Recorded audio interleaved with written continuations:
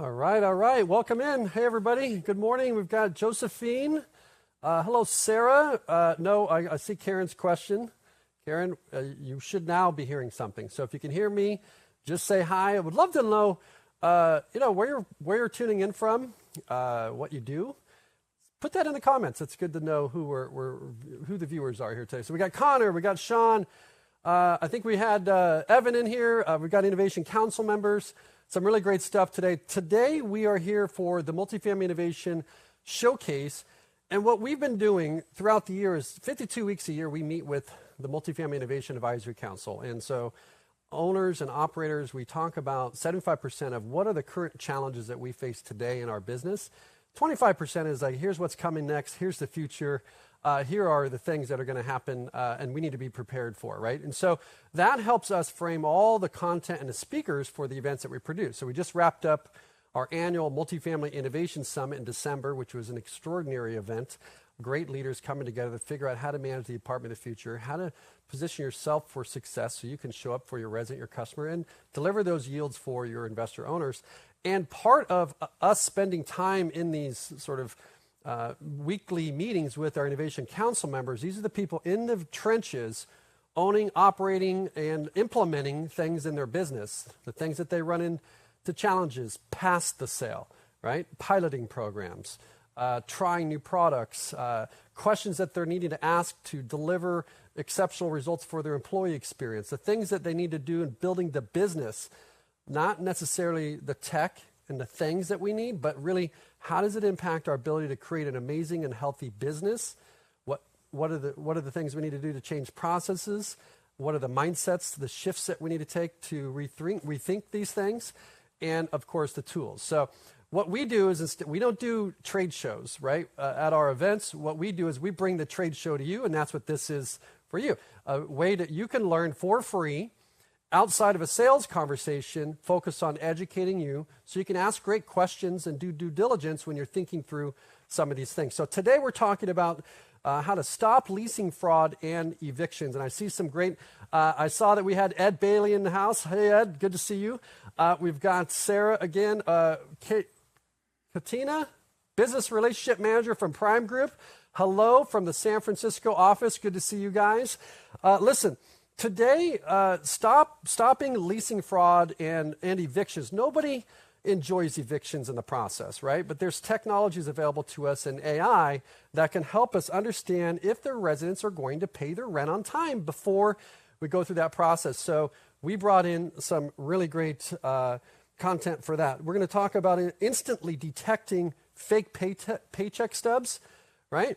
Our teams are not in the business of understanding collections. I mean, we teach these things, right? But really, that's not what we're here to do, right? And our teams are put into these really uncomfortable situations after these problems come into our organization. So we're going to talk about instantly detecting the problem before it becomes something that you have to manage. We're going to be talking about automating employment and identity verification, how that's possible, right? Good to see some of you guys, Charlotte, coming in. Also, we're going to talk about centralizing approvals, right? As you're thinking through centralizing your business and how you operate, how you engage the customer of the future, how can you centralize and automate those approvals and accelerate your leasing? So those are the three things that we're going to talk about today. And I've got a great guest. I'm going to let him introduce himself. So I'm going to bring on Henson. He's going to join us live here on stage in just a minute. Henson, come on in. Morning. Good to see you. Thanks for the introduction. Good to see you too, man. Absolutely. So our audience is ready. We've got Ed Bailey here over here. The questions, as Henson goes through his presentation here, I'm going to step off stage. I'm going to give him the stage to really transfer the knowledge on those topics we discussed and how to help solve some of the things you're working on.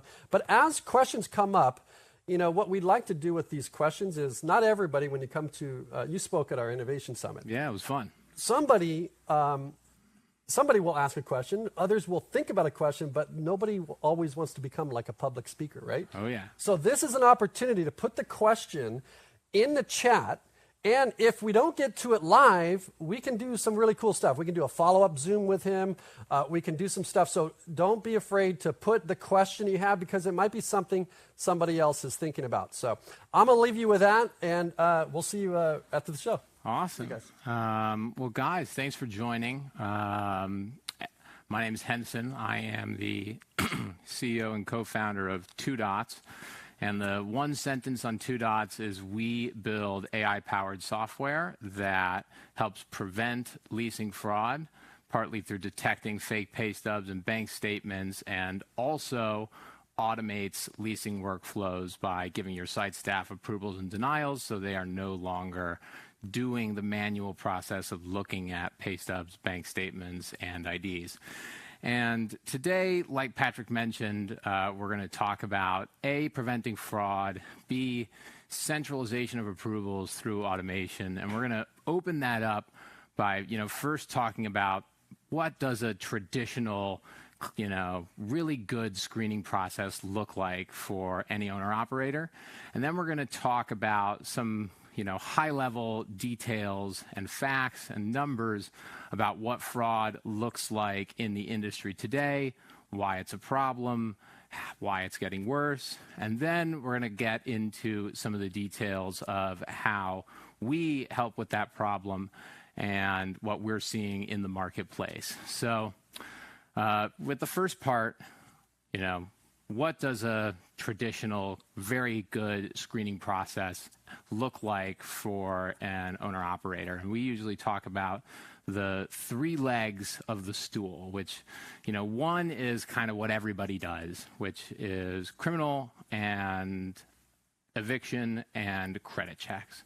And then the other two pieces, which everybody has traditionally done manually in-house or had their third-party manager do, is income and employment verification. So that means like site staff looking at pay stubs, and then identity verification, which is site staff looking at social security cards, utility bills, etc.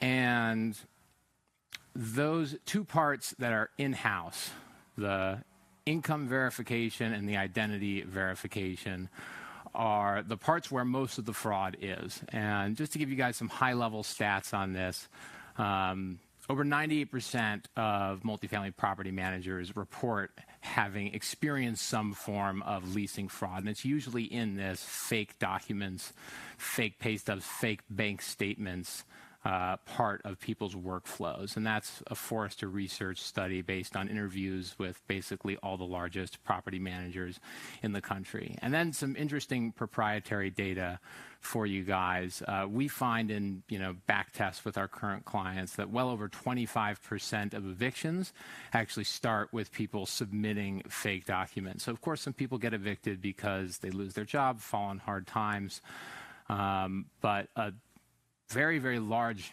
proportion of evictions actually start with people submitting fake bank statements, pay stubs, and the site staff not catching them, which leads us to the final stat on that slide you guys just saw, which is that most of these fake documents that folks are submitting can no longer be caught with the naked eye. And that happened because it's become so easy for basically anybody to Google, hey, generate a fake pay stub, or how do I make a fake bank statement? And the technology that is in just the first results of Google allows folks with almost no technological prowess to make a document that any even well-trained site staffer cannot tell is fake with the naked eye. So not only is the technology getting to a point for these fraudsters where it's very hard for these traditional operational practices that people implement, looking at documents, calling employers to work. In addition, it's just really hard to find great on-site staff. I would imagine pretty much everybody who's listening in today has experienced the pain of trying to find really good people in the labor market over the last 2 years.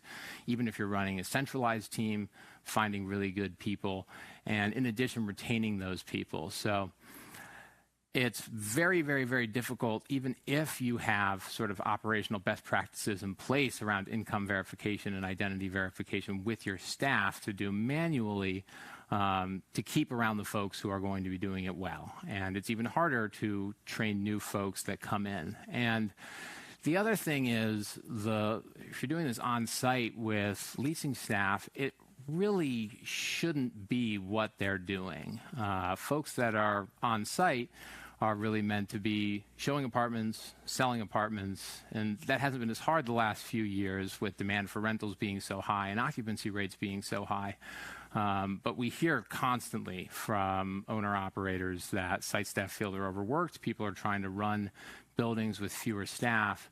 And this sort of paperwork, looking at pay stubs, bank statements, IDs, eats up anywhere between 20 and 25% of a lot of site staffers' time.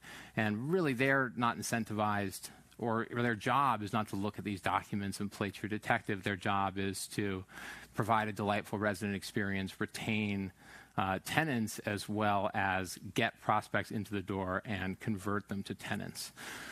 So that gets us into, what does the future of this part of the process look like for most owner-operators? And that's automation and centralization, where in 3 to 5 years, rather than having site staff look at pay stubs, look at bank statements, look at IDs, and do these things in-house, you're going to have a centralized team augmented by software doing the entire part of this process and having it be fully automated. And that way you get control over what the leasing criteria are. And when you have a computer program doing these types of processes, it happens the same way every time, so you don't have to worry about humans messing it up.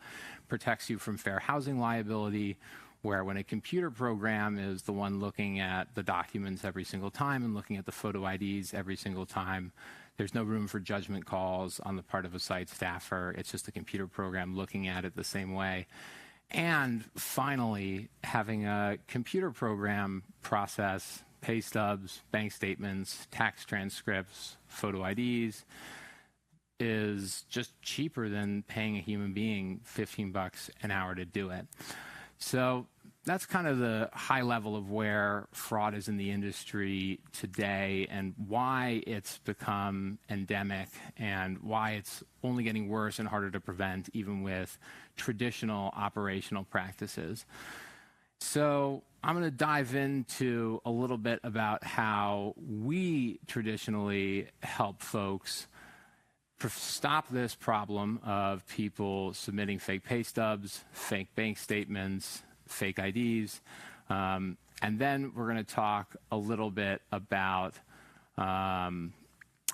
how we use that sort of base of making sure all of these documents are real in an automated fashion using AI to then give your leasing staff automated approvals and denials. And before I kind of kick that part off, we already have a question. We have people submitting new fake money orders. Is there something we can do to verify if those are real or fake? It's an excellent question. It's what we've found with folks who are submitting basically fake cashier's checks or basically attempting to make a payment or a holding payment or an application fee payment that doesn't end up going through is that rather than trying to verify whether those documents are real, the best thing to do is to try and collect those payments digitally up front. So if you have part of your process, maybe a $250 holding fee that you collect along with an application fee, if you collect those fees at your community via a credit card beforehand or via an ACH bank payment beforehand, as opposed to a money order, then you remove the risk of people trying to submit fake money orders or otherwise giving you some sort of paper document which could bounce or not go through. So it's an excellent question, and the solution to that problem for most people is something that everybody's kind of working on, which is getting 100% of communities to nearly 100% digital payments. And I see some questions about CPNs on there, and we'll get to those at the end. But we're going to talk a little bit about some of the stuff we do on the document fraud prevention side, and then we're going to talk a little bit about the automation piece, where your staff will actually be getting with our software, automated approvals and denials, as opposed to making judgments and having to do the math themselves on pay stubs, bank statements, and tax transcripts that people submit. So 2Dots has a 3-step process, and I saw a question roll up about integrations, and we integrate with all the major property management softwares. And step one is applicants fill out your application on Rent Cafe, Yardi, Entrada's front-end application, same way they are doing so today. And typically what they do today is the applicants will upload documents into that application. And then today your site staff look at those documents. And what happens with 2Dots, step one is, we integrate and suck those documents out of, let's just use Yardi as an example. And as you can see on the slide, we're going to run over 50 different checks to make sure that the document is real, as well as make sure the document hasn't been edited. And at a really high level, the way to understand this AI is we have a computer system which has seen 1 million Bank of America statements and seen 1 million ADP pay stubs, and it's able to detect when somebody uploads an ADP pay stub that has a different font that's normally found on that pay stub, or has a different logo that is normally found on that credit union's bank statement. And we also have PDF forensics technology where we can actually roll back a document and we can see what the original value was before it was edited. And it might be a little bit small on the screen, but this is an ADP pay stub we caught for a property manager in Southern California that manages about 14,000 units. And it was originally a real ADP pay stub, but you can see our software there detecting that the 1,500 gross pay was actually changed to 2,000. And by being able to get that granular, we are able to irrefutably prove that somebody is committing fraud, so that when it comes to denying them, there's not really an argument or an issue about it, because we have evidence that is basically impossible to refute. So step one, we suck all the documents out of the application you're already using, make sure that we catch the fake ones, and then with the real ones, we use our software to read them as if we were the human or the site staffer, and we calculate the income off of those documents so that we have the applicant's gross income. We can also make sure that things make sense on the document, like do the deductions make sense, do the transactions on a bank statement add up such that the starting and ending balance are correct. And I see a question here asking about, do we only do PDFs versus, JPEGs and other images? We actually can process images, not just PDFs. Just as a quick side note, trying to figure out whether somebody has made edits to an image is significantly harder than doing so with a PDF document, but it is possible. So we do accept images. It's just not 100% foolproof. Whereas with PDFs, we can be 100% certain with our technology that a PDF document has come directly from, say, the Bank of America website or downloaded from ADP. So it can process both, but detecting fraud in images is more of an art than a science. So if you want to be able to accept images, you just kind of have to have a slightly higher risk tolerance, where you say to yourself, okay, we're going to be able to catch maybe 80 or 90% of the people, but 10% are going to slip through. Whereas if you do PDFs only, you can get to a place where you won't have any fraud, but there are going to be some people who have trouble completing the process because getting PDFs is hard. So that's the image detection and the document detection stuff. It's instantaneous, some of the most advanced in the industry, but that's only kind of part one of our process. Part two is we take that same technology and we use it on photo IDs. So we scan somebody's driver's license, green card, passport, and we support over 200 forms of photo ID, and we will also scan somebody's face. And, what that means is they, hold their cell phone up to their face, or if they're in the leasing office, they can use an iPad. And they take a 3D selfie. So hold the phone right to left. And we build a 3D model of their face and make sure it matches the picture that's on the ID. Process takes less than a minute, and that makes sure not only that the ID is real, but also that the person applying is the person on the ID.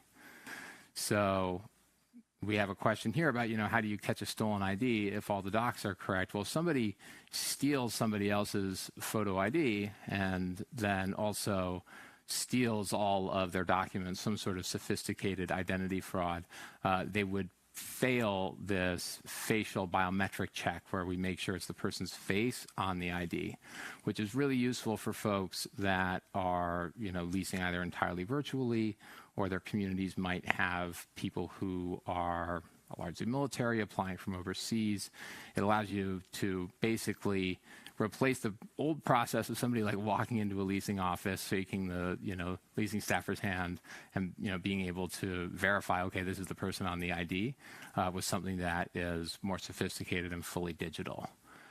And then the final part of our AI, which is pretty unique in the industry, and helps with centralization and automation, is we look at all of this data we've gathered, that document fraud checks, the photo ID checks, and we make sure that all that information makes sense as a group.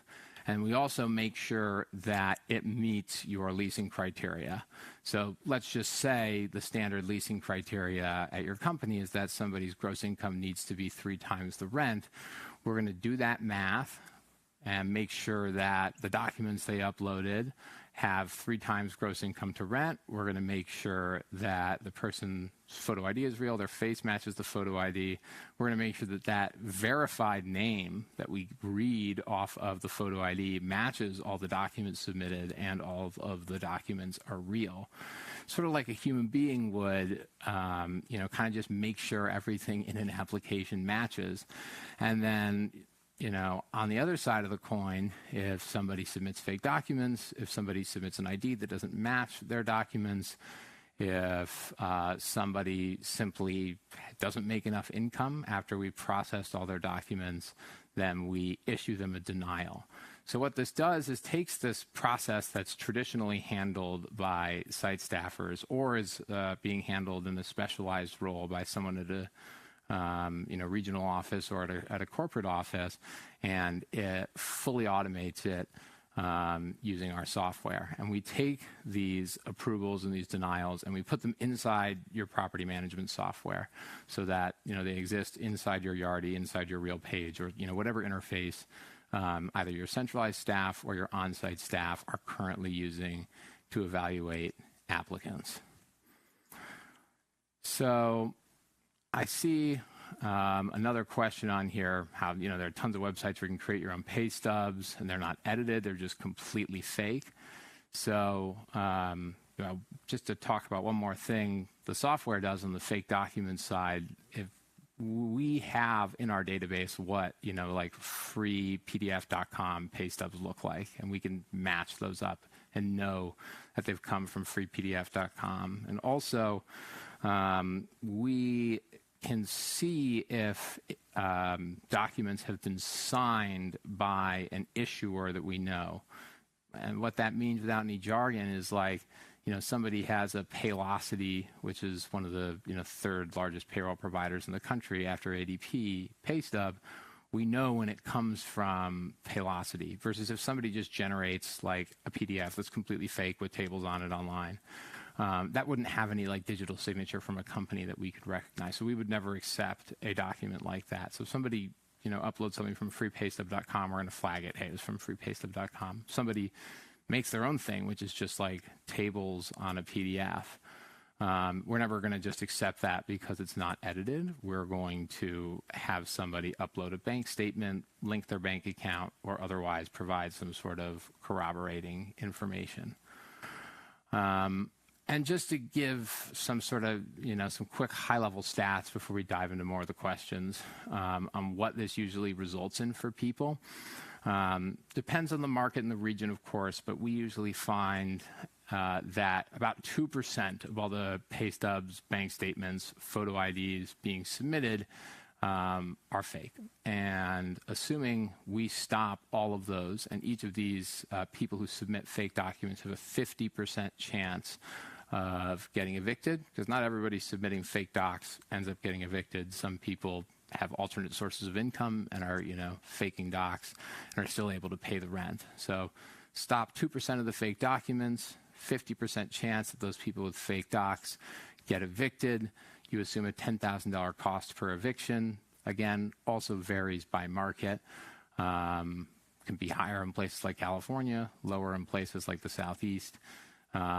That means that per 10,000 units, we're preventing 100 evictions, which is $1 million a year in savings from prevented fraud and prevented evictions alone. And then, of course, there's all the benefits from fully automating this process and basically making it a centralized process with software as opposed to having the site staff do it. So site staff typically spend between an hour to 2 hours per application on getting these documents as well as reading these documents, making sure that they are real. And we fully automate that process. We read the documents for the site staff.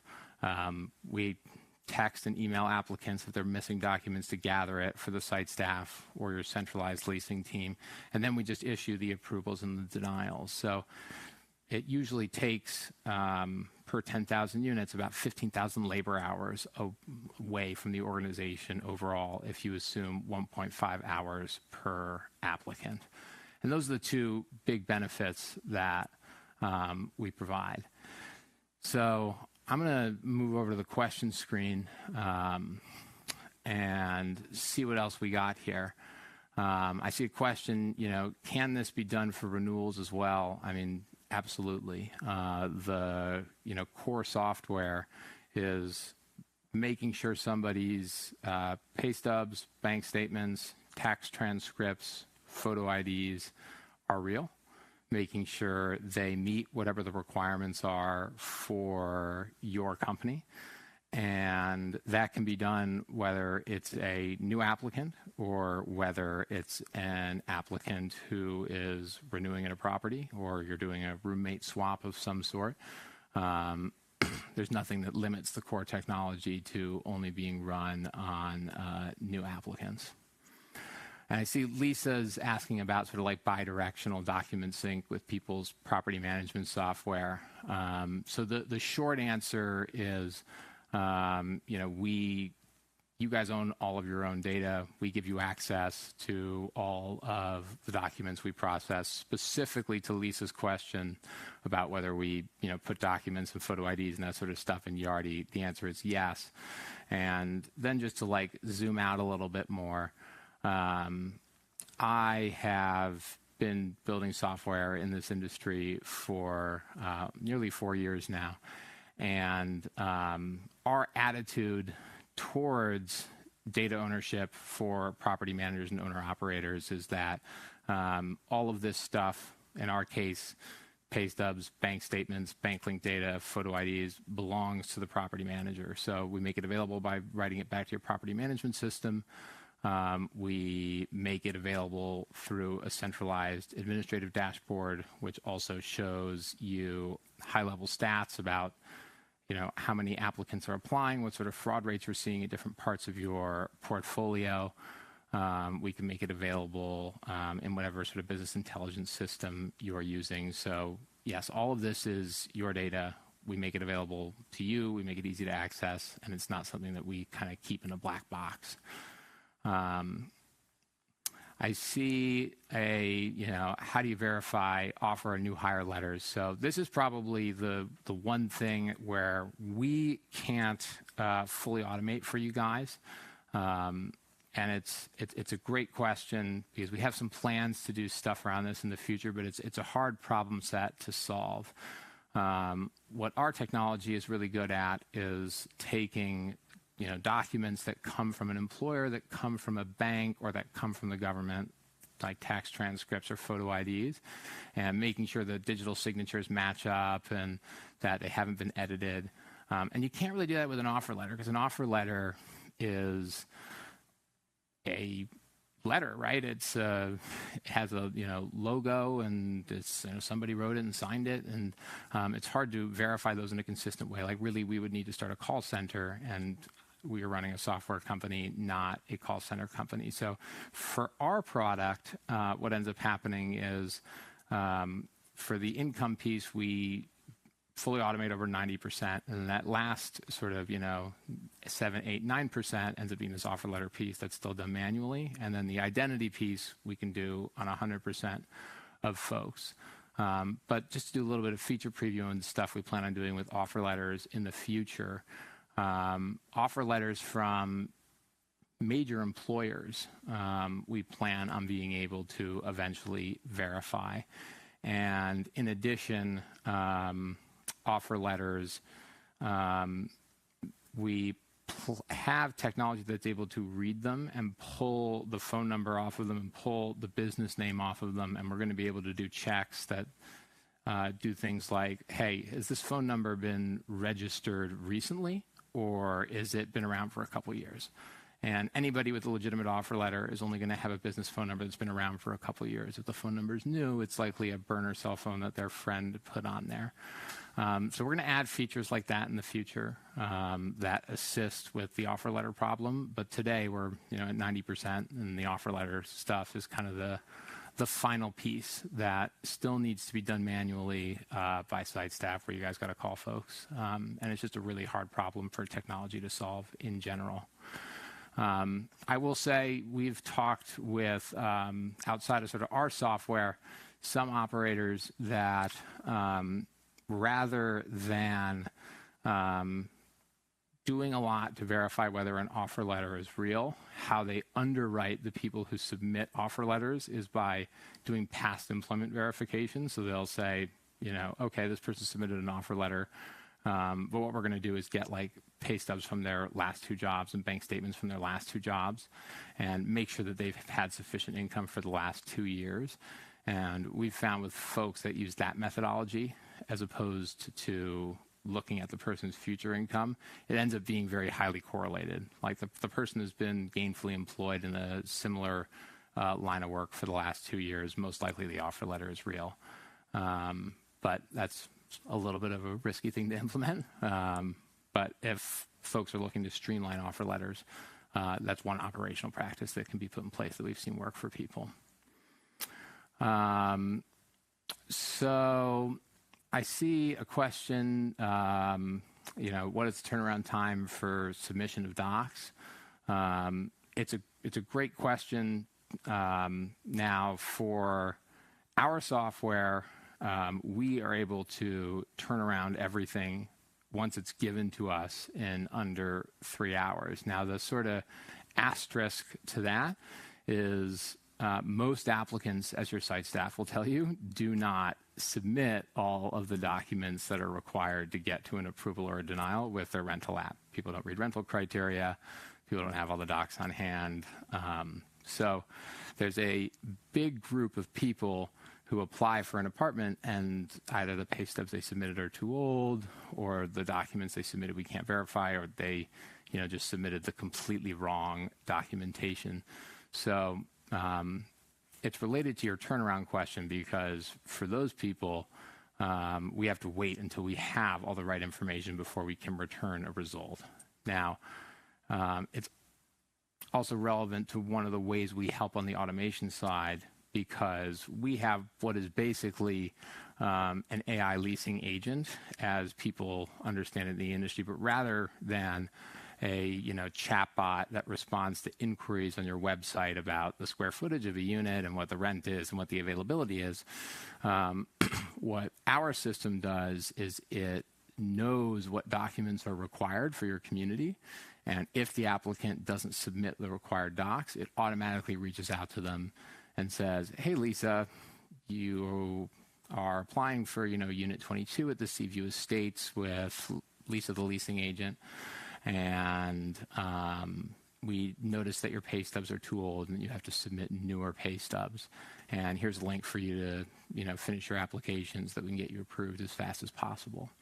So that's another piece of automation we provide that helps reduce those turnaround times and collect missing docs from applicants, which is one of the most time-consuming things for site staff.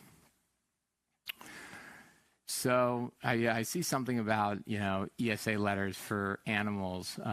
It's not something that we do. I will give a plug for another company that's kind of the best in this space and originally started in single family, but is now getting decent penetration of multifamily. Petscreening.com. Those guys will take all of the ESA liability off your hands, handle all verification of ESA letters. Handle, denying folks who submit fake ESA letters. It's a totally different line of business than what we're doing, but if that is a pain point for you guys, I highly suggest checking them out. It's the only thing that their company does, and I have yet to meet a customer that doesn't just absolutely love them. So,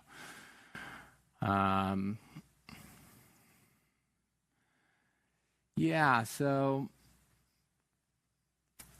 I see a couple questions about, integrations and pet screening. I see a cost question in here and, can documents be submitted by the site team? So we'll talk about documents submitted by the site team, and then I'll tell you guys a little bit about costs. So, we aim to make our system as easy for people to interact with and use as possible. And what that means practically is we view integrations with Yardi and the property management softwares as one of the most important things that we get right.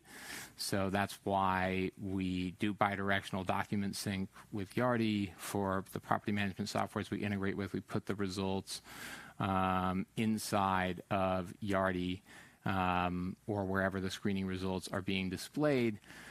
But what that also means is that we allow leasing staff to upload documents into the property management software after somebody has submitted their application if the applicant is missing docs, and we will ingest the documents that way, process them, and then generate a new report. So we try and make it as easy as possible for people to get us the information we need to get a qualified applicant to an approval so that we're not slowing down the process. That means really good integrations, including the ability for documents to be submitted either through our system of following up with applicants automatically, through a leasing agent adding a document to the property management software manually. Someone fills out a paper application, or they just email it to them after the application process is over, or, as we prefer, when folks fill out the application, sucking out the documents that were included with the application out of Yardi or Entrada and processing them that way. So I see Charlotte here saying that she's seen ads on social media for pay stubs that cannot be detected through Snapped. And also just asking how we differ from Snapped. So I'll talk a little bit about how we differ from Snapped. I can't speak to whether documents can or cannot get past Snapped, or whether there are companies out there that are generating documents to try and get past technology like ours or Snaps. I will say, generally, what happened is the internet was invented and Google was invented about 15 some odd years ago, and it became very easy to generate fake documents. And the multifamily industry and the internet and applicants have been in a bit of an arms race for the last 15 years on it gets easier and easier for applicants to generate these fake documents that look really real without consequences, and harder for on-site staff to detect them. And we have gotten our software to a point where we believe that we're at the end of the arms race, and where it's basically no longer possible to I don't want to say, ever get past, but for, 99+% of people to ever get past what we've built. The system of fraud checks that we have is not so simple as, okay, is this pay stub real or is this pay stub fake? I'm returning you an X or a Y, which is how Snapped works essentially. They take pay stubs, bank statements, and they tell you on an individual document level, okay, is this pay stub real? Is this pay stub fake? What we do is we take all of the documents as a whole. We do individual document checks. And then we go a level above that and we say, okay, do all these documents make sense logically? Does the name on the photo ID match the name on the pay stub? Do all of the inbound and outbound transactions in the bank statement sum up correctly so that the starting and ending balance is the same? Does the bank statement have matching deposits which match the net pay on the pay stubs?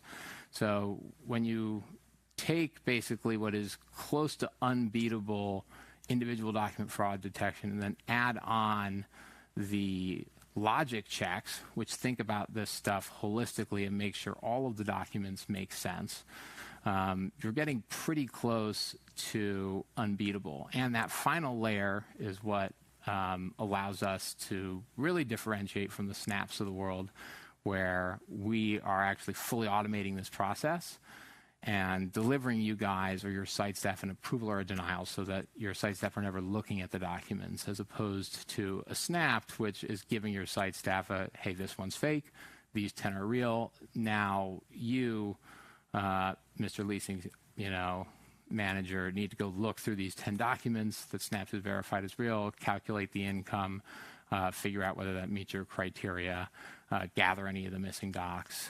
We handle all of that through automation. So again, just to summarize, we have yet to have anyone get through that we know about. We think we're at the end of the arms race. And the real big differentiator versus Snapped is speed. I didn't mention that earlier, but our stuff is a lot faster. And also it provides this, automation piece, which helps you centralize this part of your operations and take it off the plate of your site staff, as opposed to a Snapped where they are only telling you whether the document is real, and there's still a lot of paperwork to do. So Snapped is, adding a safeguard and adding a step, whereas we're taking like a big workflow that sucks up a lot of time and turning it into an automated process done by a computer from start to finish, which provides a whole bunch of benefits, from fair housing compliance to needing fewer staff to run sites, to allowing the site staff to be doing higher level things like retaining tenants, improving the resident experience, and all that jazz. Bold claim, says Lisa. Yeah. I think one other thing to add on sort of being at the end of the arms race is, in addition to doing all these sort of document fraud checks, being able to verify with certainty if a document comes from the right issuer, what we also have layered on to that is for people who are really suspicious, but we can't be 100% certain they're fraudulent, is directly linking to folks' bank accounts. That thing is impossible to defraud. Someone gives us their bank credentials and we connect to JP Morgan. We don't do that for the majority of applicants, but we do it for the suspicious cases in a fair housing compliant way. And that process is impossible to defraud. And then similarly with photo IDs, we do the sort of scans to make sure, hey, does this look like the template of the year of issuance, and does the face match? And somebody crazy sophisticated could, perhaps somehow, make a 3D model of someone's face or get past that somehow. But we go a step further, and, for over 40 states, we're actually tapped into DMV databases and able to say, okay, does the, driver's license number match what's in the DMV database, match the name we pulled off the ID, does the person's face match. So for the suspicious cases, we're also doing these sources of truth matching, which that stuff is impossible to get past, even if here's somebody who's running a social media ad has figured out how to make some documents that get past some of the fraud checks. So I see, for ID verification, when a prospect doesn't have a smartphone or camera on a computer, and can you do docs without the facial scan? So I think this is like a good, the answer is yes, we can do an ID without the facial scan. But I think for the first question, what if a prospect doesn't have a smartphone or camera with a computer? It's worth noting that there are very few people out there now, even older folks, that do not have a smartphone or do not have a camera at home with a webcam. Like, COVID has changed this. We have some clients who operate primarily like suburban duplexes. Some of them cater exclusively to seniors, and they have this process in place where people are doing the photo ID scans as well as the facial scans, and they're older applicants, people in their 60s and 70s. The vast majority of them are able to do it directly from their smartphone. So our experience in the market, as well as just our experience, my experience personally in society being around post-COVID, is that pretty much everybody has access to a smartphone these days, and our customer data sort of shows that as well. There will, of course, still be, holdouts and, some people who are still operating on a flip phone. Some people are 85, never got an iPhone. What we usually recommend folks do, and we recommend folks do this not just so that our software works for them, but so that their entire business is operating more efficiently, is if you really need to accommodate folks that don't have a smartphone, don't have an advanced computer, don't have a computer with a camera, get an iPad in a leasing office, get a Windows tablet in a leasing office. These devices cost a couple $100. And the benefits of going all digital when it comes to your applications, when it comes to your payments, when it comes to, screening partners and leasing automation partners like us are so huge that what we tell folks is that it's pretty low cost to just get a device in the leasing office, where if somebody is having trouble with the regular online process, they can come in and do it inside the office with the help of the site staff. And all of these tablets and cheap computers available now have cameras and are able to do the facial verification, take a picture of the ID right there. So I would just recommend, again, get a tablet in your leasing office and try and go all digital with it, with everything, irrespective of whether you're using a company like ours. So I see a couple questions. Does the software take other sources of income into the formula based on various state laws, i.e. unemployment and disability? So that is a great question.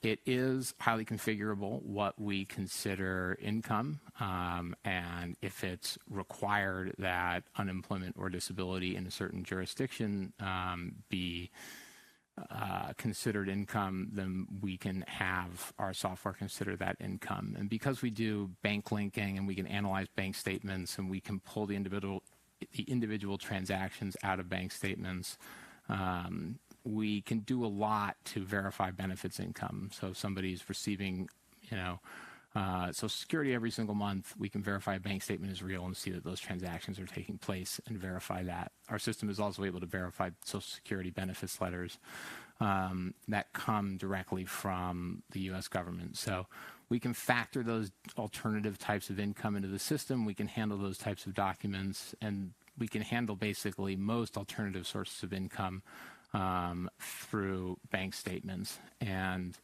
in addition, the software is configurable enough that we'll make sure that we're in compliance with whatever the local jurisdiction is requiring be considered income. Though specifically with unemployment, normally somebody doesn't reach the minimum requirement with just unemployment. So I see a couple other questions on here. Yeah, somebody asked basically for more color on the bank linking process, and no worries if you missed it. I'll just give like an overview of the process from start to finish in a very simple way. So basically, somebody fills out your rental application online, the one that you're using today, and they're going to upload documents into that rental application just like they do today. And then the next step is, instead of your site staff looking at those pay stubs and bank statements, we look at them. And hopefully the applicant uploaded the right information where we're able to verify their income just using the documents they already gave. Now, if somebody is missing documents, we can't verify the documents, we're going to send them a text message and an email to gather those missing documents for your site staff. So Henson applies, Henson fills out the online Yardi application. Henson's pay stubs are 2 months old, they need to be recent. Henson pays his application fee. Henson's going to get a text message from 2 Dots saying, hey, your pay stubs are too old. We need additional pay stubs. When Henson gets that text message to upload additional pay stubs, there's going to be an option in that interface to link my bank account instead if I prefer that verification method. Because for some people, they're actually more comfortable with it, and it is easier than gathering all the required docs. So that's where that comes into the process. And then for a very small subset of people, less than 5% of applicants who have very suspicious documentation, show signs of editing, but we can't necessarily prove that it's fraudulent, we will sometimes send them that same link we use to get missing information and require that they link their bank account before approving them. And the bank linking process, in terms of like what it looks like for an applicant, let's say I'm Henson the applicant and I've chosen to link my bank account voluntarily because I find that easier than supplying docs. I'm going to be on my iPhone and I'm going to see a message that says that I can link my bank account to prove my income instantaneously in a way that is secure and encrypted. And if I say, okay, yes, I consent, I'm comfortable with that, I'm going to see a list of over 10,000 banks. Let's just say I, bank with the, Sun Phoenix Credit Union. I'll select Sun Phoenix Credit Union. I type in my username and password. And then once I hit enter, that creates a secure link between 2 Dots and the banking institution, and we get transferred that applicant's financial data, and we're able to analyze that sort of as if it was a bank statement. It's almost like the bank sending us a digital copy of the bank statement, but since it comes to us directly from the bank via secure encrypted connection, it's impossible for anyone to fake that because it comes directly from the financial institution. And we have another one here, what percentage of applicants are you denying? It's low double digits. It varies, of course, by market and by property. I think the more interesting statistic is, what sort of fraud rates we're finding in different markets.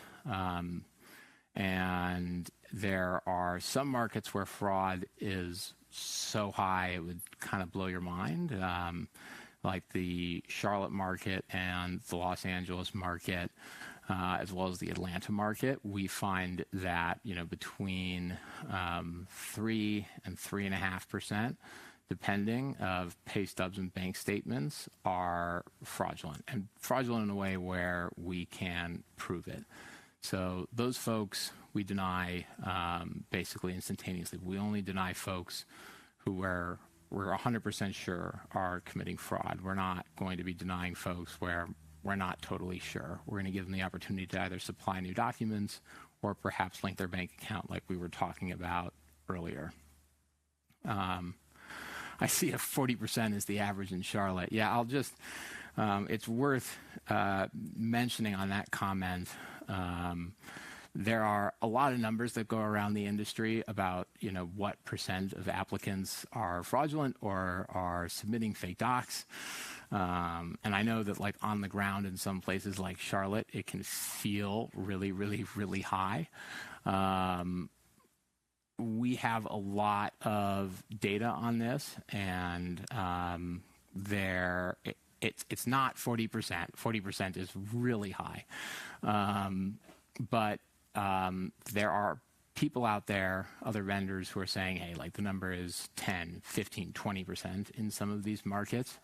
And our experience processing a lot of documents in these markets is that there's kind of like two buckets of people. There's a bucket of people where they're like clear fraudsters, meaning like they take a pay stub, they take a bank statement, they change the starting balance to $100,000, they change the gross pay from $2,000 to $5,000, and like they are trying to move in and not pay the rent.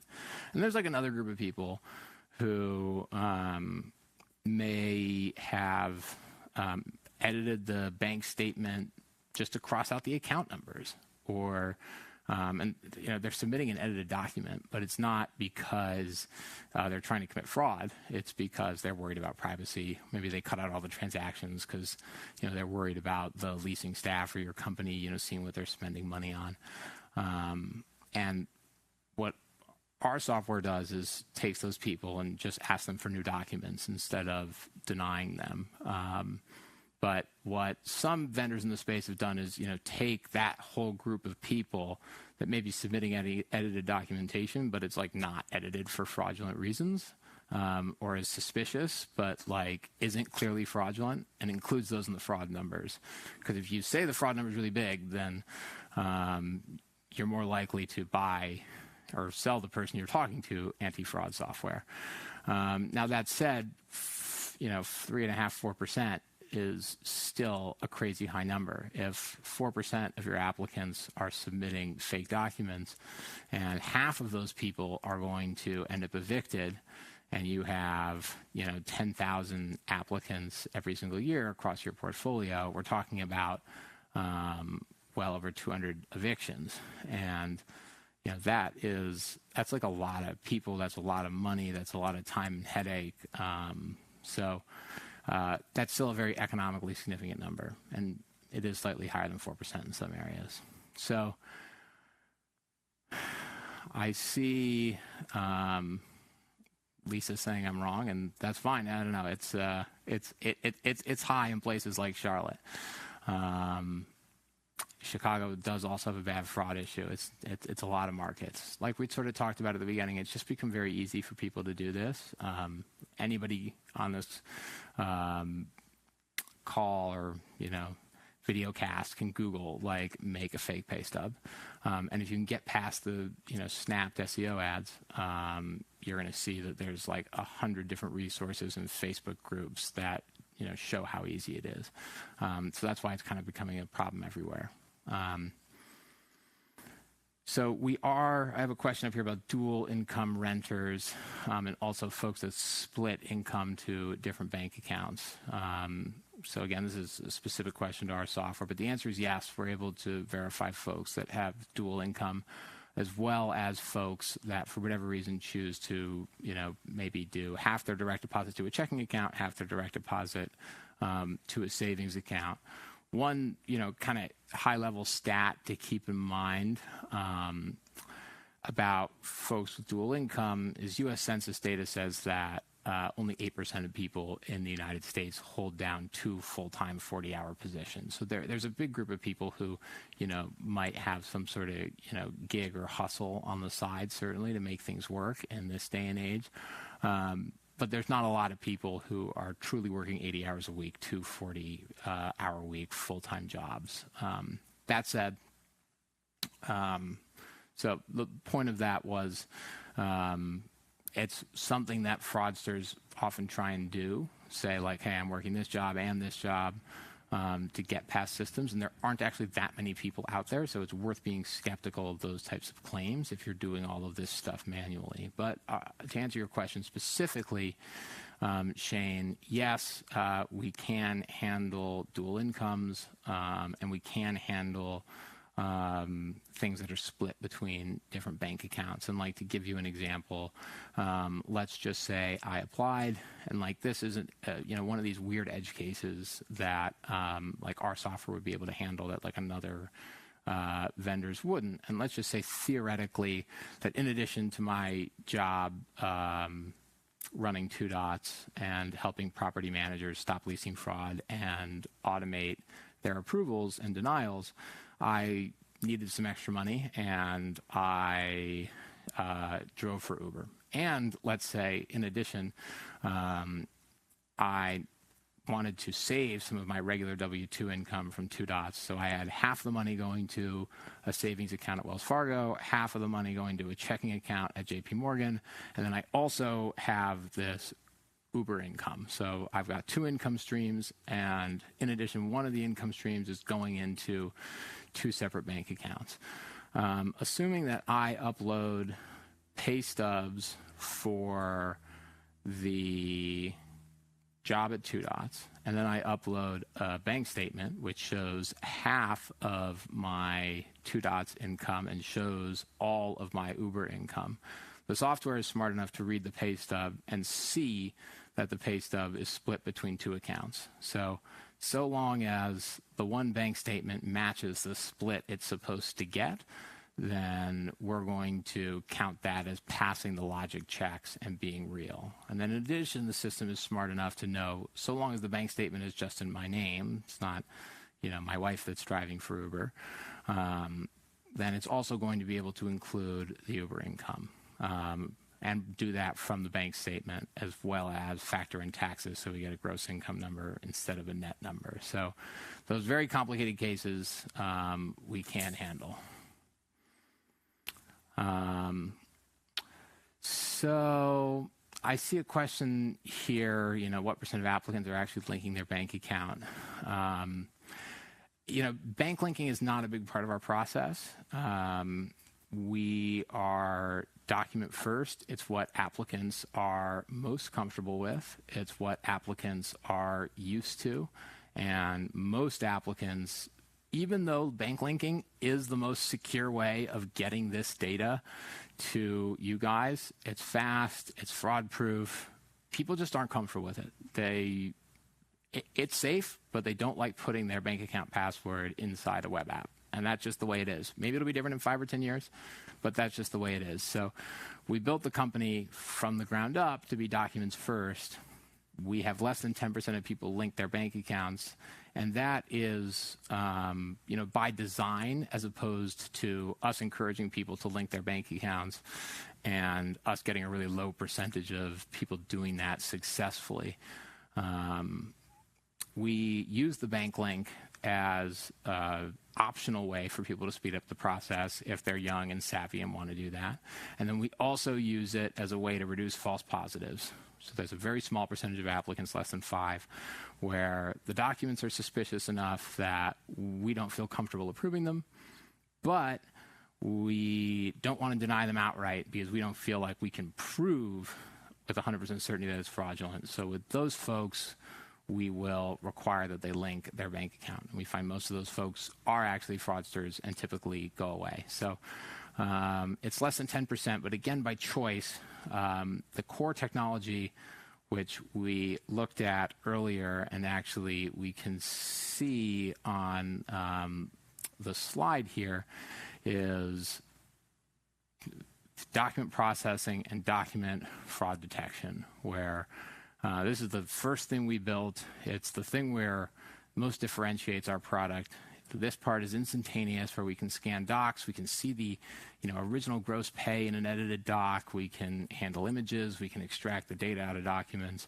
I mean, the core thing that we're really, really, really good at is taking pay stubs, taking bank statements, taking tax transcripts, reading them, making sure they're real, and turning that into approvals and denials for you guys so your site staff don't have to play true detective. And the bank linking thing is kind of an added thing. It's a sideshow feature. It's not core. I see a lot of questions here about costs. Obviously, it depends on the size of the portfolio and the volume you're doing. Usually, we start folks at $1.50 a unit a month for unlimited use, just to give people an idea of where things might pencil. We also have a lot of people who defray that cost through an added $10 or $15 to their application fee, so they don't have to get all of that or even any of it from budget. But if you're running north of 5,000 units, we do volume discounts. So, and you're willing to sign a longer term contract, we'll do more discounts. So anybody who this sounds interesting to, we're always happy to have that conversation as well. But usually we start the conversation at $1.50 a unit a month for unlimited use. And I see another question asking whether the doc verification, the ID verification are separate products. And they're not. We view two things I'll note. One, just sort of, useful piece of knowledge for the audience about where fraud is taking place in the industry. And ID verification technology generally. So, one, ID verification technology generally has become commoditized. It was, first released about 6 or 7 years ago, really was popularized in the multifamily space by Checkpoint ID, now owned by MRI. And all the different providers that are offering this stuff, us included, all do pretty much the same job at it. We add on a couple things like, checking the DMV database and that sort of thing. But I'm not going to sit here and claim that our ID verification tech is vastly different from Checkpoint ID's or even Yardi's in-house solution or anyone else in the multifamily market offering this stuff.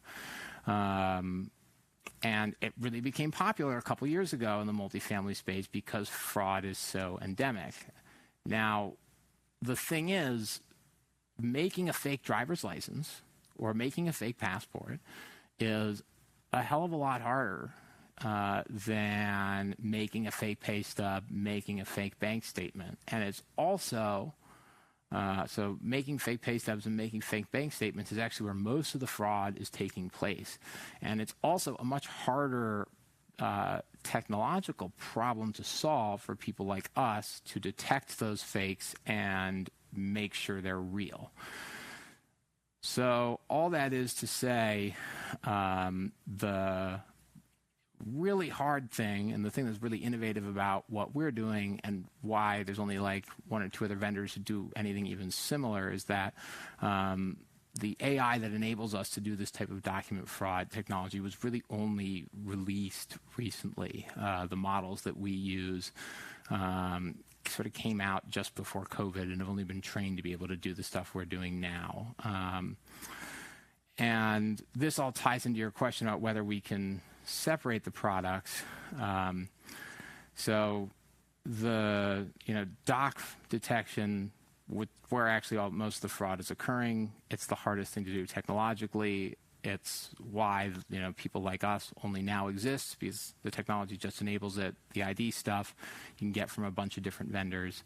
It's largely going to be the same quality everywhere. But for us, one of the unique things that we feel we bring to the table is the centralization and automation piece.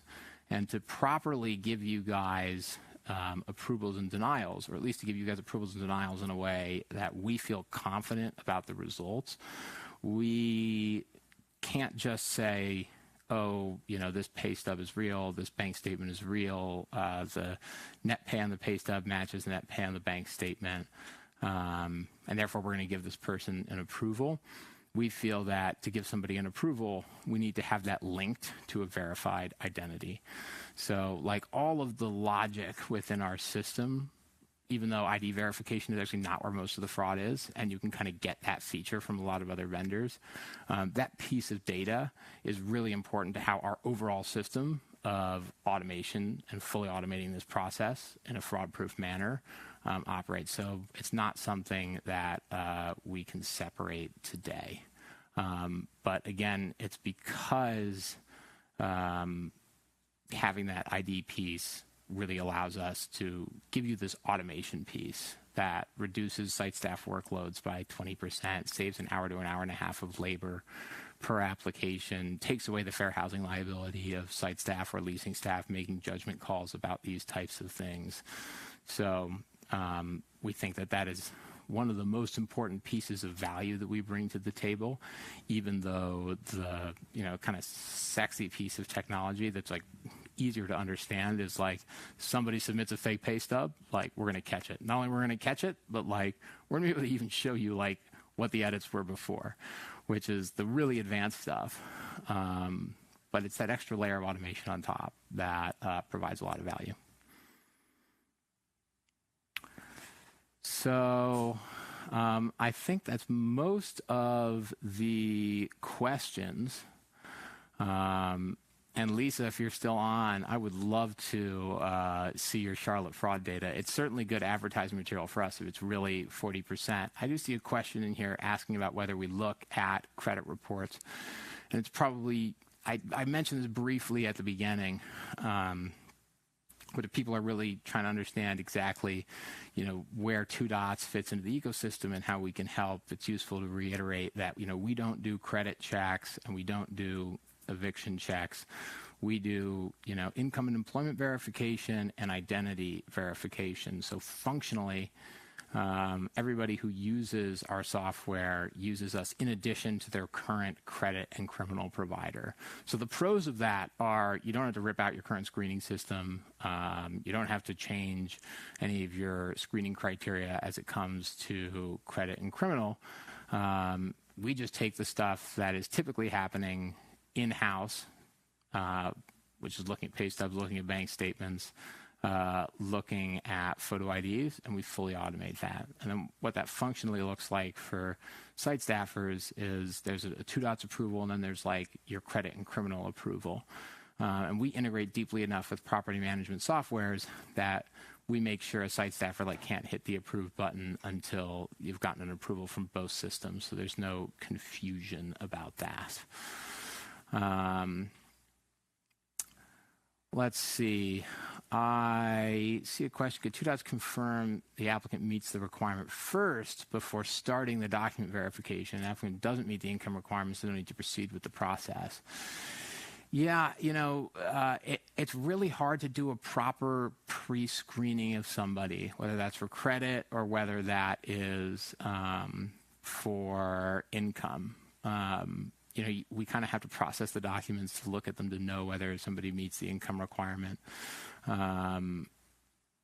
There's no way we can kind of, summon a number out of thin air to, decide, we're only going to, check the qualified people. One thing we can do is we can, not run folks who in their application say, hi, I only make, $2,000, and the requirement for the apartment is $4,000. So that's a form of pre-screening that we've implemented for people, but it's worth noting that most of the time that somebody self-reports their income incorrectly in a rental app, it's because they didn't understand the question. They input their weekly or their biweekly pay instead of monthly gross. So pre-screening has a whole host of problems associated with it. I will say we have had some folks implement us before credit and criminal, and therefore only run credit and criminal on the people who pass income.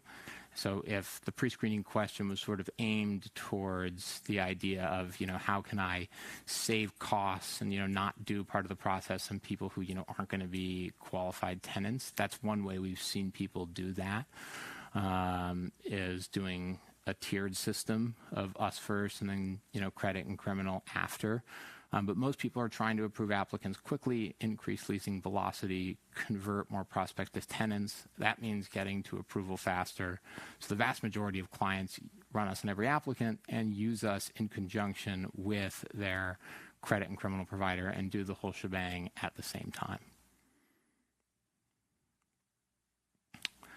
So I think the people who say they want more information and put their emails, that's all of the questions.